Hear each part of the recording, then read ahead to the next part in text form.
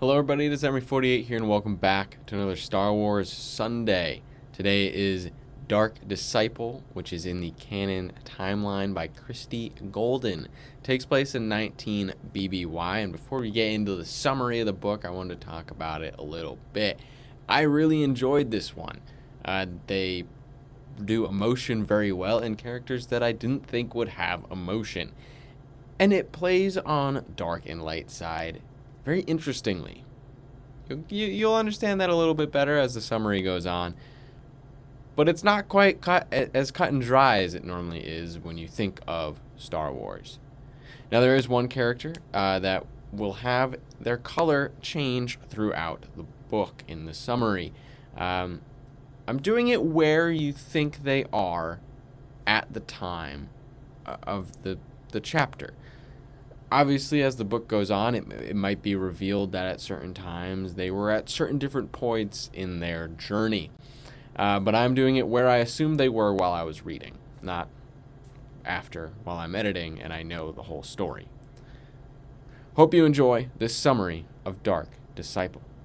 Prologue. Will desperate times in the Clone Wars force the Jedi to turn to an untrustworthy ally? Chapter 1, Asajj, a refugee from Mahranee, which is under attack by the Separatists, made her way to the cockpit where Jedi General Chubar was asking Count Dooku to not attack their ships as they were carrying innocent civilians. Dooku didn't care, saying that they chose to ally with the Republic, making them not innocent.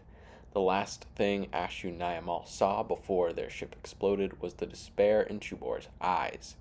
The Jedi Council met to discuss the tragedy that took place on Mahranee. Mace Windu has suggested having someone kill Dooku to stop the suffering of the galaxy. With heavy hearts, the rest of the Council seemed to agree. Chapter 2. Tal Kar, probably not his real name, and Desh, probably his real name, are two Jedi that finished taking down Sheb Valad's black market art business. Desh is from Mahranee, and the pair are being recalled by the Jedi Council back to Coruscant. Chapter 3. Tal Kar is actually Master Quinlan Voss, and Desh's full name is Akar Deshu. Desh updated Voss on the Separatist attack on Mahranee. When Voss arrived on Coruscant, he was met by Obi-Wan Kenobi. Based on Obi-Wan's demeanor, he knew whatever mission the Jedi Council had for him, it was not good. Voss was surprised by the mission, assassinate Count Dooku, and even more surprised by the person the Council wants him to work with, Asajj Ventress. She is the only person that has at least attempted to assassinate Dooku and knows all of his safe places. After meeting with the Council, Voss got more information from Obi-Wan about Ventress and has determined that killing Dooku is the easy part of the mission. Getting Ventress to work with him and getting along with her will be the hard part. Chapter 4. Voss went to a bar in the lower levels of Coruscant where Boba Fett's group was hanging out. Bosk, Latz Ratzi, Embo, and the droid Highsinger. Voss convinced them that Ventress had taken some of his jobs as well and wanted to give her some revenge. Boba told Voss that Ventress was likely on Pantora hunting her newest bounty, Morgie. Ventress found her target and began chasing him. Out of nowhere, Voss tackled Morgie and apprehended him. Ventress was very confused. Chapter 5. Ventress punched Voss, allowing Morgie to escape. Voss said they could work together. Ventress refused, but was unable to capture Morgie. Voss returned the weapon she lost in the chase, and Ventress still does not want anything to do with Voss. Chapter 6. Voss followed Ventress to a bar where he was able to convince her to work together. She had an item from Morgie, which Voss was able to use to find Morgie's apartment, although he is currently hiding the fact that he can use the Force. Chapter 7. Ventress and Voss were able to capture Morgie, and Ventress has agreed to be partners with Voss. Ventress's lightsaber is now yellow. I don't remember if the last time we saw her lightsaber in the Clone Wars it was red or not, but it's yellow in this book. Chapter 8. Ventress wanted to fight Voss in hand-to-hand combat to test his abilities. He refrained from using the Force, and she was able to beat him. Ventress is now training Voss. Voss and Ventress have completed 5 bounties as partners. Voss offered her some liquor in hopes to get her to open up more, but not much came of the conversation other than Voss having an existential crisis about what he had truly done in his life. Chapter 9. Obi-Wan met with Voss in the lower levels of Coruscant to get an update. After Obi-Wan left, Voss considered his approach and if he was doing the right thing the right way. Ventress and Voss met with Marg Krim, the leader of the Pyke Syndicate on Obadiah. Krim's family has been taken to Mustafar by Black Sun, and Krim wants them returned safely. Chapter 10. Ventress flirted with a Black Sun member at the bar on Mustafar and got information on where Krim's family was being held. Her and Voss left him knocked out in a bathroom stall. Chapter 11. Voss and Ventress rescued the two kids, but the mother was not being held with them. Voss was injured in the escape. He was shot in the shoulder. They got the kids back to their ship, and Voss held one of the children's lockets and had a vision of the mother being in a different room of the tower they rescued the children from. Chapter 12. Voss and Ventress rescued the mother as well, returning the family to the Pyke planet. Voss tried to spark up conversation with Ventress on that journey, but she didn't say anything. They spoke again after returning the family and receiving payment. As they were jumping into hyperspace, a Black Sun fleet arrived to attack the Pyke planet. They went to a bar, but Voss could not take being in the crowd. After the frustration of knowing the family they had just saved was going to die anyway, Voss told Ventress he was a Jedi. Chapter 13. Voss revealed everything about the mission to Ventress. She said he would have to act less like a Jedi to be able to complete the mission. He wants her help becoming that. She also already knew that he was a Jedi before he told her. Voss updated Obi-Wan, only saying that he is making significant progress and Ventress has connections in the Separatist Alliance that will give her information on Dooku's whereabouts. Obi-Wan gave Voss a vague warning about trusting Ventress blindly, and they went their separate ways. Ventress brought Voss to Dathomir to teach him of hatred. She lied about who had truly killed his master at the start of the war, saying it was Dooku, and he had kept the lightsaber as a trophy. She caressed his face, wanting him to break other emotions the Jedi forbade. And Voss kissed her. Chapter 14. Ventress wanted Voss to use the dark side to kill a snake. When his control faltered, the snake bit him. She told him the venom was not deadly, but it would be useful to punish him with pain for his failure. Chapter 15. Ventress dueled Voss to force him to utilize his anger in battle. She then brought him to her village and the altar, where initiates of the Night Sisters had to dive into the lake and utilize the dark side to dominate the sleeper, an ancient thing, getting a part of its body to create the water of life, which is the source of Night Sister magic. Chapter 16. Voss and Ventress left the altar and returned to their camp, where they began strategizing how he would train for this test. Now that he truly knew what the test was, the pair are also definitely in a romantic relationship at this point, as well as training. Voss told Ventress that after this war was over, he would leave the Jedi Order to stay with her, destroying his communicator he could use to talk with the Council. Ventress got information from a contact saying Dooku would be on Raxus, the capital of the Confederacy. She does not think Voss is ready, and he wants to take on the sleeper to prove that he is. Chapter 17. Voss succeeded in controlling the sleeper's mind. Ventress told him to kill it. After delaying, the sleeper attacked. Voss won the battle and killed the sleeper. Ventress was pleased. Voss had a lot going through his head, the want to kill again and feel the Force so powerful, sadness for killing an innocent being, and knowledge that the Jedi part of him had been broken.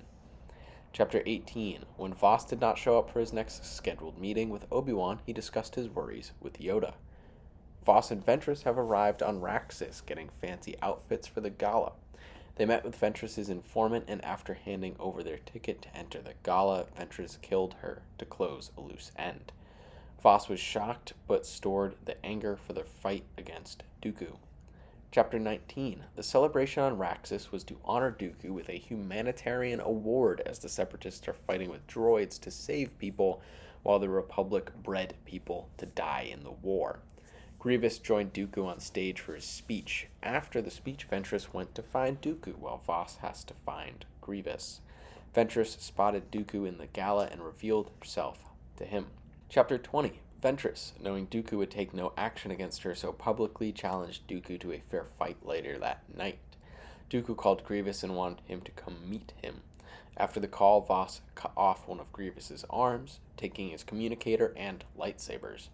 Voss then locked Grievous into a room and left. Dooku was surprised to see Voss has been working with Ventress. Dooku used the Force to knock out Ventress, possibly kill, but I don't think so quite yet. It gives Dooku a chance to talk with Voss alone, who Dooku is currently holding up with the Force. Chapter 21, Dooku and Voss Duel.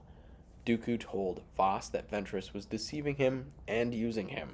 Grievous joined the fight, grabbing Ventress. Voss kicked Grievous off the ledge, who took Ventress with him. After more dueling, Dooku has Voss pinned, and Voss's lightsaber also falls off the balcony.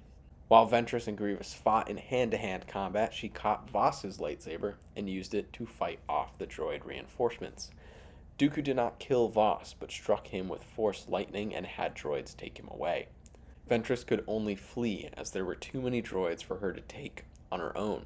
The last thing Voss saw was Ventress running, leaving him with Dooku. Still holding Voss's lightsaber, Ventress vowed to get him back, even considering contacting Obi-Wan to tell him what had happened. Chapter 22, Voss is being tortured and has no clue how long it's been.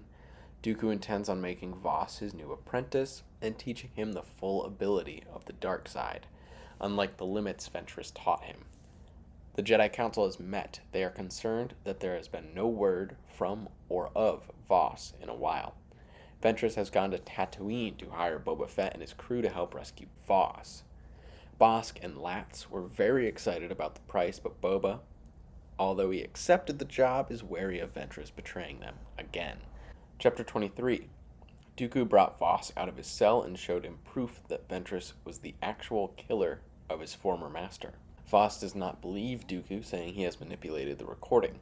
Dooku offered Voss his former master's lightsaber so he could use the Force to see and feel what had happened. Voss charged Dooku, who forced lightning to Voss, and sent him back to his cell. The droids are also bringing the lightsaber, as Dooku is certain Voss will want to know the unaltered truth and will use the Force to read the history of the blade. Chapter 24. With Boba's help, Ventress has made it to Voss's cell on Sereno. He began to force choke her once she entered the cell, calling her a liar and a murderer. Chapter 25. Ventress and Voss dueled. Then Ventress spilled all of her emotions to Voss and apologized. It seemed like Voss was about to believe her, and then the dark side resurfaced in him. They dueled again, and she retreated out of the palace. Seeing Boba and his crew had captured Dooku, Voss went to help Dooku out of his trap, and Boba pulled Ventress onto a shuttle. As they lifted off, Ventress was pained, seeing Dooku and Voss stand side by side as master and apprentice. Ventress went to Voss's meeting point with Obi-Wan and told him that Voss belonged to Dooku. Obi-Wan could tell she had gone through a lot, not just physically, but emotionally. Chapter 26. Ventress lives in grief and paranoia, thinking Dooku and Voss are sending people after her. After a couple months, Desh approached Ventress, asking her to come back to the Jedi Temple with him and try to convince the Council that they need to go after Voss to rescue him from Dooku. Dooku has been using Voss in battles. Ventress agreed to go with Desh to the temple. Desh, Obi-Wan, and Anakin presented Ventress to the present Jedi Council members, Yoda, Mace Windu, Ki-Adi-Mundi, Shaak Ti, and Plo Koon. In a tense conversation, Ventress revealed everything that had happened to the Jedi Council, Desh, and Anakin. After all questions were asked and answered, Yoda dismissed Ventress, Desh, and Anakin while the Council discussed next steps privately. Chapter 27. Yoda, against Mace Windu's recommendation, has ordered Obi-Wan to take Anakin and Ventress to rescue Voss from his next point of attack, Taris. Upon return, Obi-Wan will try to help Voss back out of the dark side, and Ventress will be pardoned by the Jedi Council for all of her crimes committed during the Clone War. Using the codes she had used during her time as Dooku's apprentice, Ventress was able to get her, Obi-Wan, and Anakin onto the flagship, which reportedly had Voss on it, undetected. Chapter 28. Ventress, Obi-Wan, and Anakin made it to the bridge, where they were met by Dooku and a lot of droids, but no Voss. Anakin dueled Dooku, while Ventress and Obi-Wan took out the droids. Obi-Wan then used one of the computer terminals to find that Voss was still a captive in the brig, meaning it is unlikely that he is actually being utilized in battle. Obi-Wan and Ventress leave Anakin dueling Dooku to find Voss. Ventress short-circuits access in and out of the bridge, so Dooku cannot call for reinforcements, keeping the fight even between Anakin and Dooku. Ventress and Obi-Wan got to Voss, who seemed relieved to see them both and apologized to Ventress for attacking her earlier, saying he was forced by Dooku. She did not believe him, claiming he was fully consumed, and lifted his lightsaber, which she still had since he was taken. Chapter 29. Obi-Wan was able to stop Ventress from attacking Voss, wanting her to at least wait till everyone was safely on the ship to figure out which Voss they had.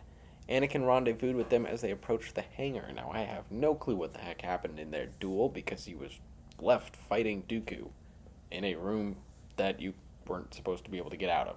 So, Dooku's obviously not dead at this point, but I don't know who escaped, what happened. The codes had been changed, and Voss knew how to get the hangar doors open, which I do find it weird that Voss knows any codes to get in and out when he's a prisoner. Ventress had to evade some droid tri-fighters before jumping into hyperspace. After Obi-Wan and Anakin patched up Voss's injuries from being tortured, he tried to apologize to Ventress.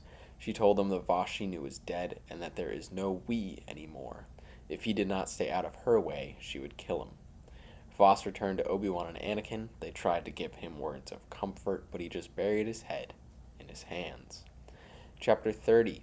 Obi-Wan, Anakin, and Ventress returned Voss to the Jedi Temple, where they were greeted by the Jedi Council and Desh. When Ventress left, Voss went and talked with her. He apologized again, and this time she actually believed him, did not sense the dark side in him. But she said what they had was not the Jedi way, and he has made his decision to reunite with the Jedi. She turned and left the temple crying. Anakin went to have dinner with Padmé and told her about Voss and Ventress. Padmé reassured Anakin about that interesting relationship, saying as much as Ventress had pushed Voss to the dark side initially, maybe she was the best tool to pull him back fully into the light, although he has shown no signs of still being a minion of the dark side since returning to Coruscant. Chapter 31. The Council has agreed that after 1 month of Voss being back, he can be assigned back in the field. Mace Windu did not agree, but was outnumbered, so he conceded. They are sending Voss, Obi-Wan, Anakin, and Desh to a separatist supply storage base in an asteroid to take the resources to help save lives in the Republic.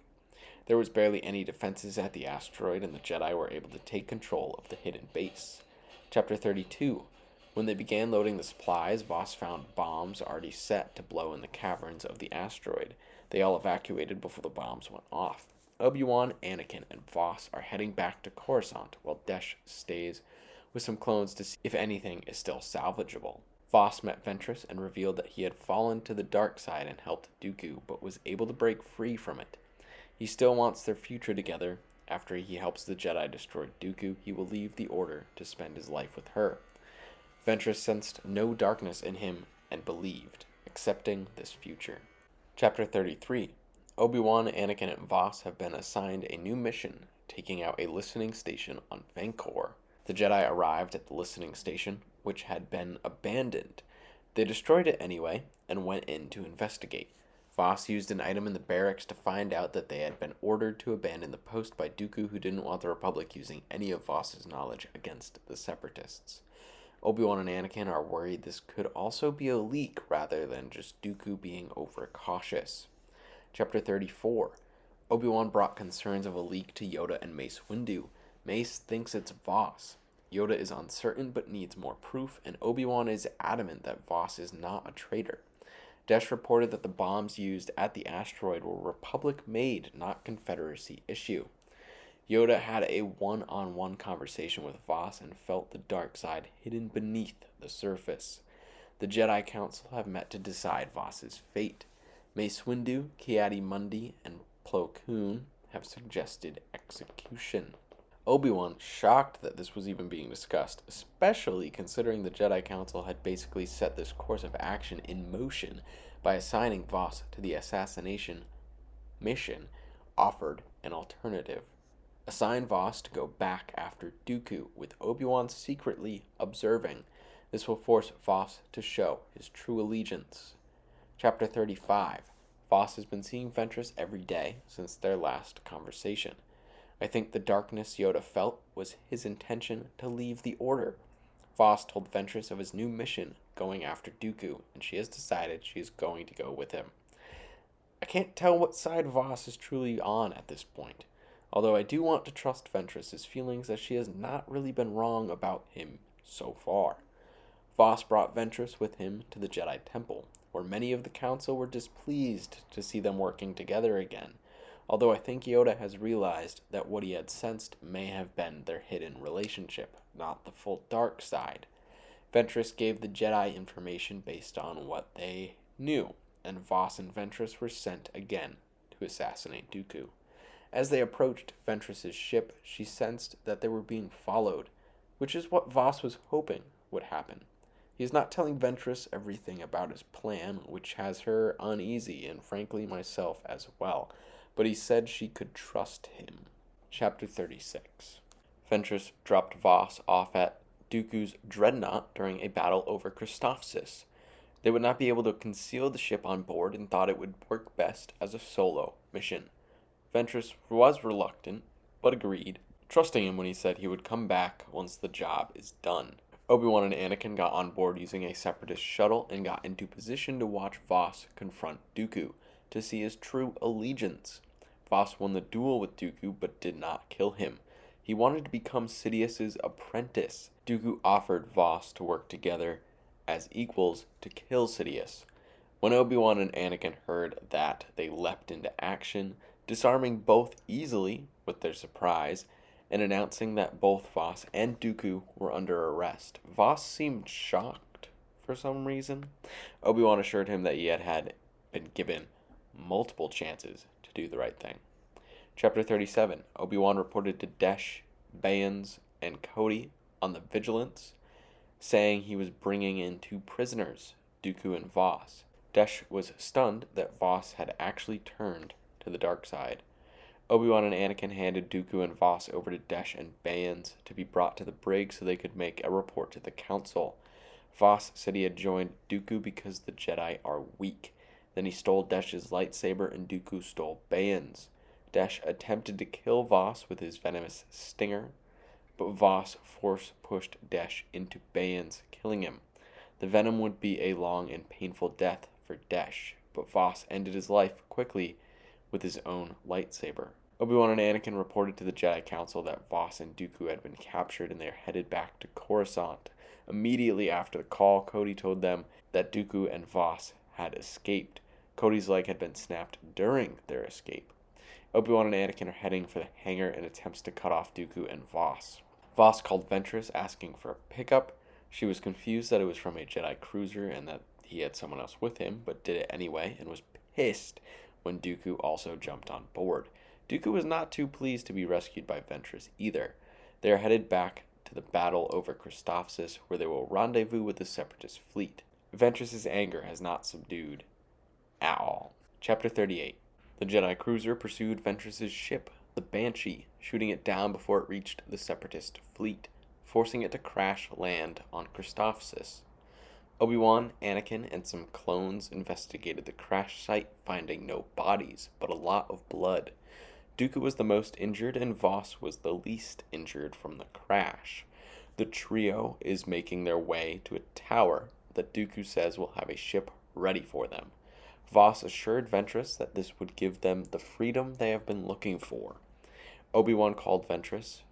Voss and Dooku wanted her to take it.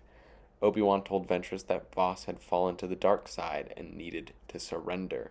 She said Voss would still complete the mission, but it has raised some minor doubt. Voss and Ventress kissed as he assured her again. Mace Windu called Obi-Wan for an update and said to execute any fugitives they can catch up with and anyone that gets in their way, which is pretty much just Ventress. Obi-Wan does not agree but did not make an objection. Chapter 39. Dooku, Voss, and Ventress arrived at the tower, greeted by a large amount of droids. Dooku spoke with Sidious over a holo call and introduced Voss as his new assassin while Ventress watched in a corner, hidden. Sidious had said he might send a ship for them. After the call, Voss was not happy being called an assassin. Then the Jedi shuttle began firing on the tower and taking it down. Obi-Wan, still not wanting to kill the trio, is ready to enter the collapsed and on-fire tower to find them. Chapter 40. Dooku, Voss, and Ventress made it out of the tower. Ventress was the worst off with new injuries. As they made their way into a bunker, Dooku was shot and was unconscious.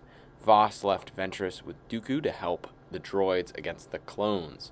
Dooku woke up and told Ventress that he and Voss will defeat Sidious and rule the galaxy together, and she would hopefully be disposed of some point along the way. With Voss successfully defending the main entrance to the bunker, Obi-Wan and Anakin are going to look for an alternative way in. Chapter 41. Voss returned into the bunker. He spoke with Ventress in another room than where Dooku lay. She wanted to know if what Dooku said was true. Voss said it was, but he was doing it for them. She was not happy and surprised by that answer. Dooku shot force lightning into the room, meant for Voss, but hitting Ventress. Voss, enraged, jumped in front of the lightning and sent it back towards Dooku, who collapsed. Voss charged Dooku and instead of killing him, said that he was not like Dooku. He was a Jedi. He ran to Ventress, who died in his arms after saying how proud she was of him and that she loved him. Ventress told Voss that he had to let her go because anything else was not the Jedi way. Obi-Wan had seen the whole encounter. Chapter 42. Dooku escaped the battle. Voss was returned to Coruscant in the brig and confessed everything to the Jedi Council, saying Ventress had saved him. Obi-Wan spoke on her honor, saying he saw her sacrifice herself not just for Voss's life, but to push him to the light, and the whole Jedi Council. Obi-Wan said crimes committed by Voss, as well as Ventress's death, is on the Council for pushing a member to assassinate someone which is so far out of the light side. Obi-Wan then brought Voss to Dathomir so they could return her to Lei with her sisters. That is the end of Dark Disciple, and what an incredible book. It pushed you emotionally more than I thought it was going to, with characters so focused on Voss and Ventress that you don't really see a lot of this side of either of them outside of this book. Ventress dying was rough. Your opinion of her changes from watching her in the Clone Wars to seeing her in this book, and it gives you a whole different side of the character, which I thought was a lot of fun. Rather sad fun, I guess, but it was a very interesting way to portray Ventress. It was also interesting that Obi-Wan and Anakin were minor features, I guess. Not feature, minor features might be the wrong word, but they were important to the story, but not nearly as important as other people. They were not the main characters, but whenever you needed a little tie-in, they were there. I really enjoyed this book. I'd say the first quarter or so was a little slow for me, but the middle and end of this book, I was flying through it. It was so much fun to read. A really great story with great emotions. I can't complain about this book, realistically. There were some things here and there that I thought were a little bit different than how I remembered certain things happening during the Clone Wars, but that's minor details. The overall story and the characters and their development were great. Thank you everybody so much for watching. If you've read this book, let me know what you thought in the comments down below. And I hope you have a wonderful rest of your day.